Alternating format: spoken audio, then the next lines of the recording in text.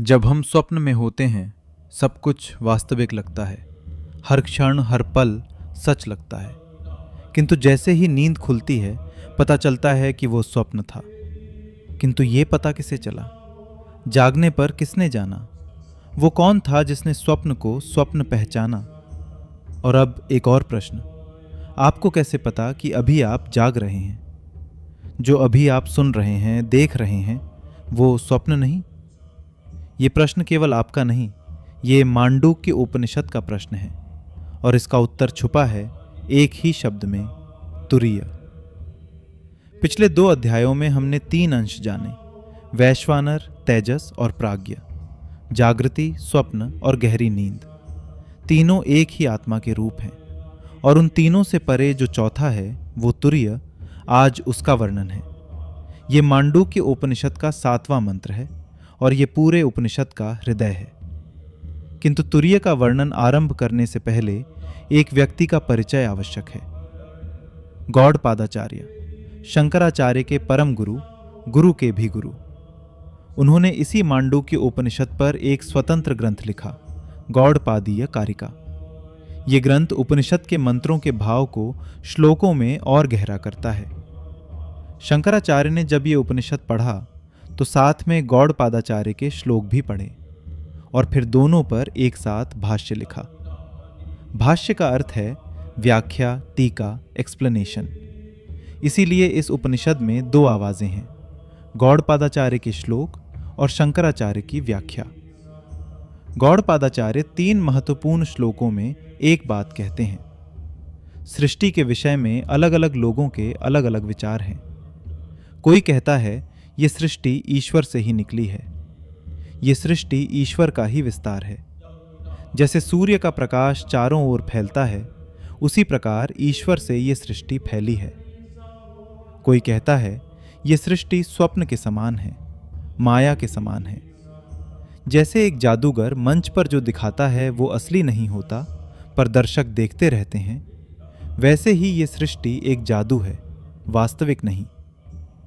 कोई कहता है ईश्वर की इच्छा से हुई, जो वो चाहे वो हो जाता है, बस उसके सोचने भर से ये सृष्टि बन गई। और कोई कहता है ये सृष्टि ईश्वर की क्रीड़ा है। जैसे बच्चा खेलता है बिना किसी कारण के, बस खेलने के लिए, उसी प्रकार ये सृष्टि ईश्वर का स्वभाव है। उसे कुछ चाहिए नहीं, वो बस है। गौड़पादाचार्य कहते हैं ये सब विचार सृष्टि के विषय में सोचने वालों के हैं। क्यों? क्योंकि जो माया के पर्दे में छिपा है वही परमार्थ सत्य है। और उसे जानने के लिए ये प्रश्न पूछना कि सृष्टि कैसे बनी, वैसा ही है जैसे स्वप्न में ये पूछना कि ये स्वप्न कैसे बना। जागने पर वो प्रश्न ही नहीं रहता। इसीलिए गौड़पादाचार्य सीधे उस चौथे अंश की ओर ले जाते हैं और शंकराचार्य कहते हैं अब क्रमशः प्राप्त चौथा अंश बतलाना है। वो शब्दों की पहुंच से परे है, इसीलिए शब्दों से उसका वर्णन नहीं किया जा सकता। फिर भी शास्त्र ने साहस किया। ये रहा 7वां मंत्र, नान्तः प्रज्ञम न बहिष्प्रज्ञम नोभयतः प्रज्ञम न प्रज्ञान घनम न प्रज्ञम ना प्रज्ञम अदृष्टम व्यवहार्यमग्राह्यम मलक्षणमचिन्त्यमव्यपदेश्यम एकात्म प्रत्ययसारम प्रपंचोपशमम शांतम शिवमद्वैतम चतुर्थम मन्यन्ते स आत्मा सविज्ञेयः। वो स्वप्न नहीं है, वो जागृति भी नहीं है। वो स्वप्न और जागने दोनों के बीच की कोई अवस्था भी नहीं। वो गहरी नींद भी नहीं।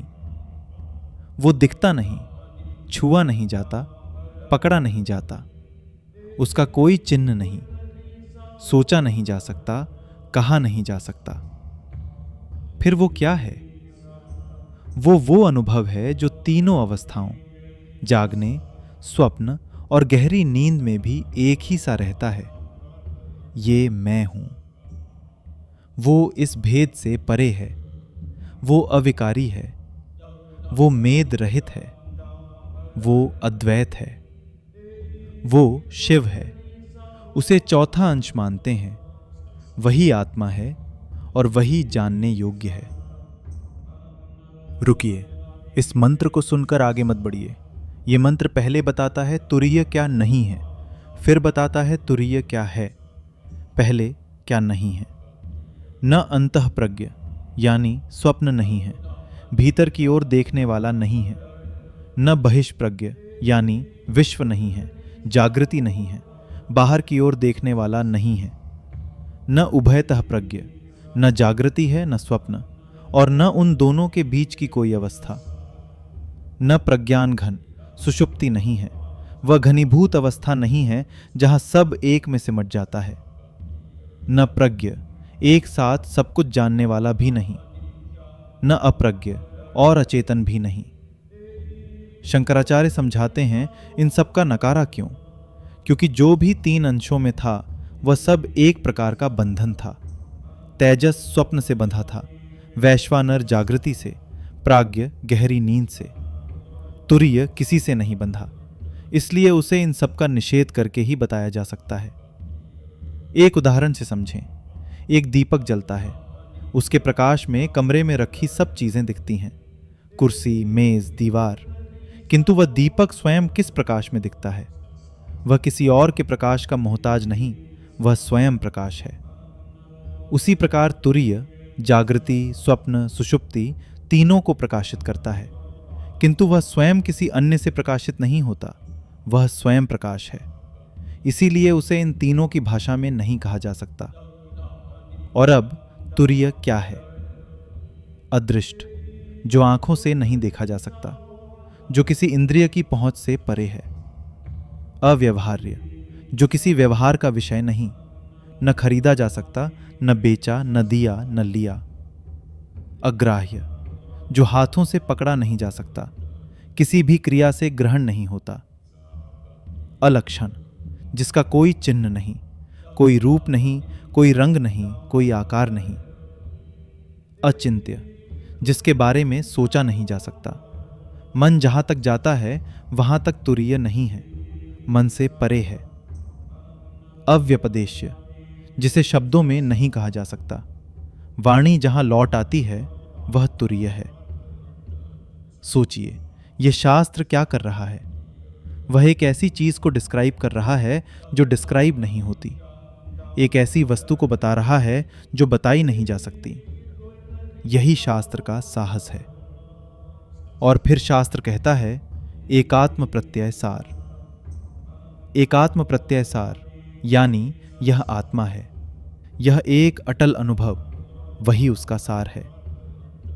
जागृति में, स्वप्न में, गहरी नींद में, तीनों अवस्थाओं में एक ही आत्मा है, और वह अव्यभिचारी है, यानी वह कभी बदलती नहीं। जो जागृति में था वही स्वप्न में था, वही गहरी नींद में था, वह एक ही है। शंकराचार्य कहते हैं वह शांत है और इसीलिए शिव है। और अंत में अद्वैत। अद्वैत, दूसरा नहीं, एक ही है, और वही आत्मा है, और वही जानने योग्य है। ओम तत्सत। मांडूक्य उपनिषद के मंत्र 8 से 12 में ओंकार की 3 मात्राएं अ, उ, म, और वह चौथी मात्रा जो निशब्द है, जो तुरीय है, उन्हें अगले अध्याय में खोलेंगे। अगर आपको यह कथा और शास्त्रों की सरल व्याख्या पसंद आती है तो सर्व लाइफ को जरूर सब्सक्राइब करें।